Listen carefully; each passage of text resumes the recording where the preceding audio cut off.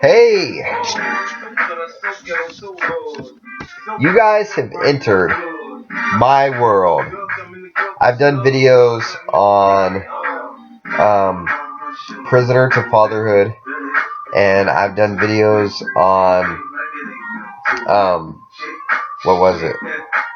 Oh, Oregon Department of Corrections or Oregon Department of Corruption.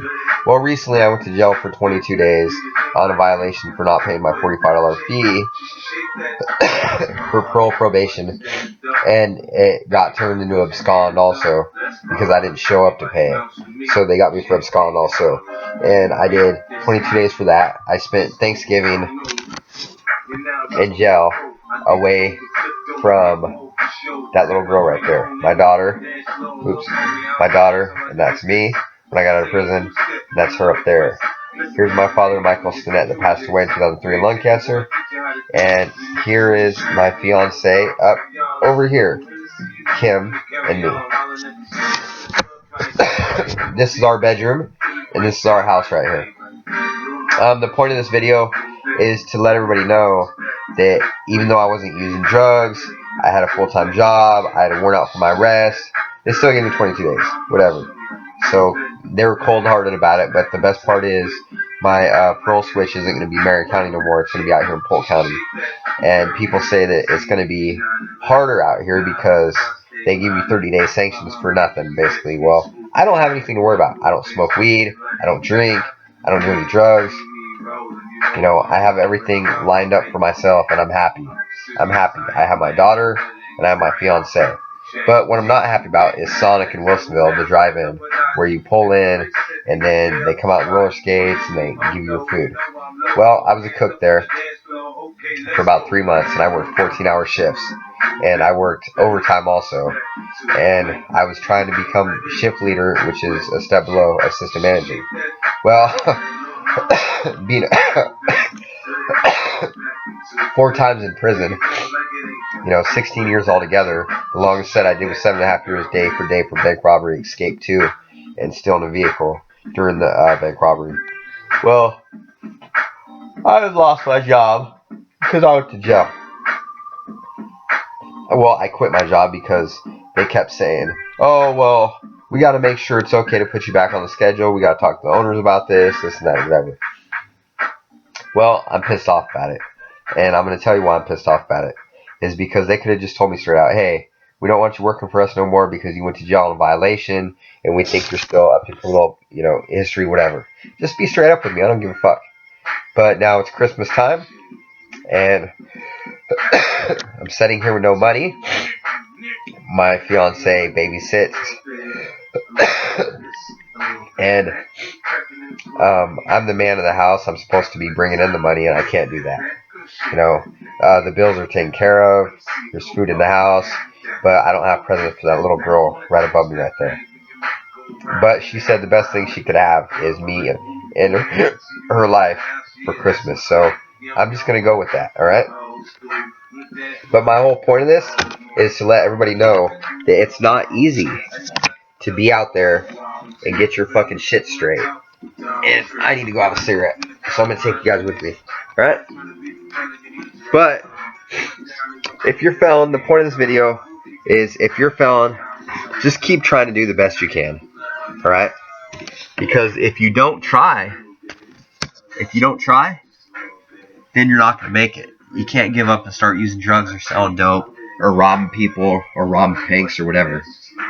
I'm putting on my shoes right now. Hold on. Give me a fucking second, huh? Give me a fucking second, huh? But, I don't understand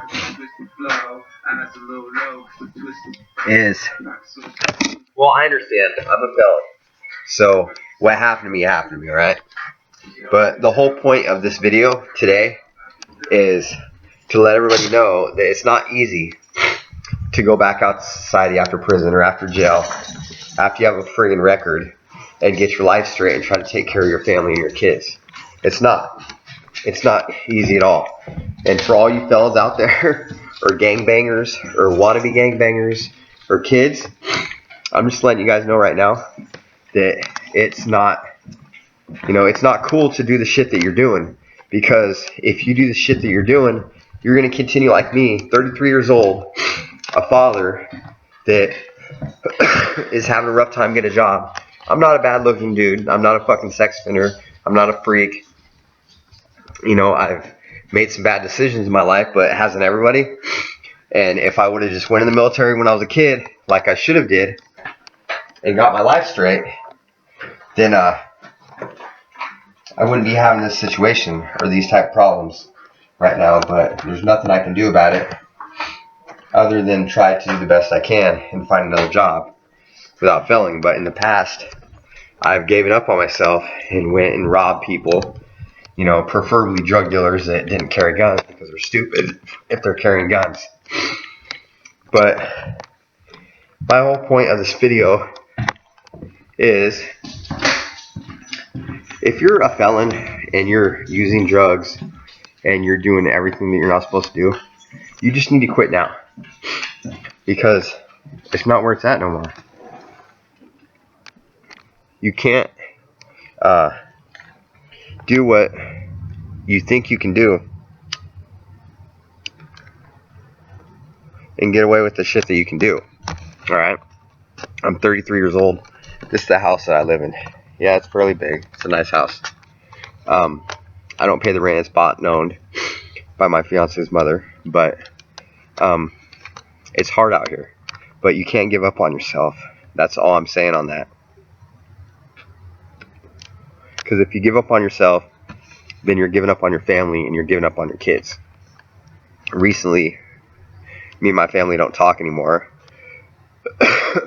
My brother thinks I banged his ex-wife, which I didn't. I really didn't. They have 3 kids. Why the fuck would I do that? My mom thinks the same, and I speak my mind, you know. That's what gets me in trouble. But the fucked up part was, when I was in prison, my mom was there for me a little bit.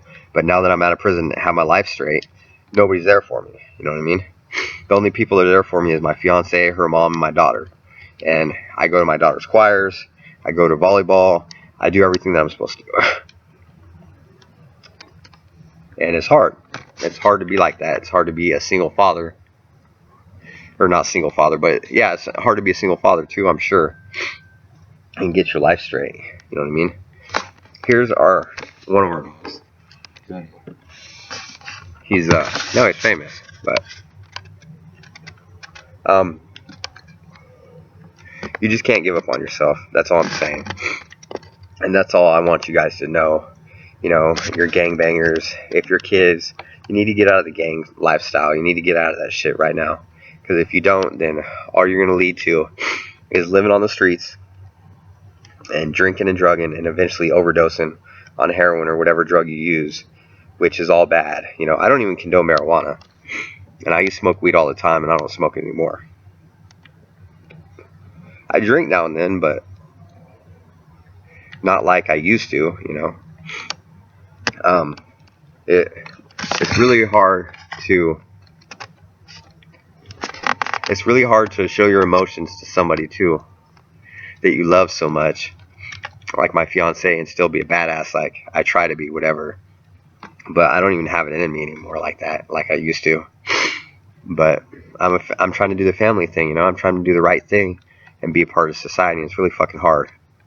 You do 16 years in the pen if you're watching this and you haven't done any years in prison or jail, and then you get out and you reacclimate to society, and you tell me how hard it is to find a job or get used to all the electronic updates and all the shit that they had. You know what I mean? Because I remember when Cricket first came out, cell phones, and yeah, it was crazy because I didn't know how to text. You had these 12, 13-year-old kids that were texting faster than me. I'm texting, I love you, you know, and it takes me 2 minutes to fucking text it. Now I'm doing everything on the internet, whatever.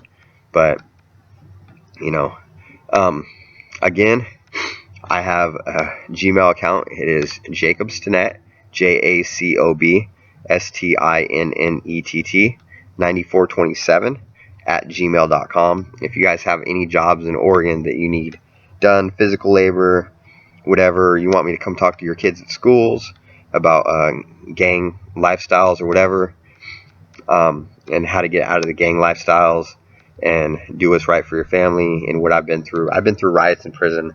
I got a scar on my head, You know, I've done it. I've done everything. I've seen all sorts of shit. And now my lifestyle is this. I live in a nice neighborhood, a nice house. My fiance fosters dogs, and she works for a nonprofit organization on the side for free, of course. And she has 4 dogs of her own. I have one, boxer mixed, pit bull, named Marley. He's my world, whatever.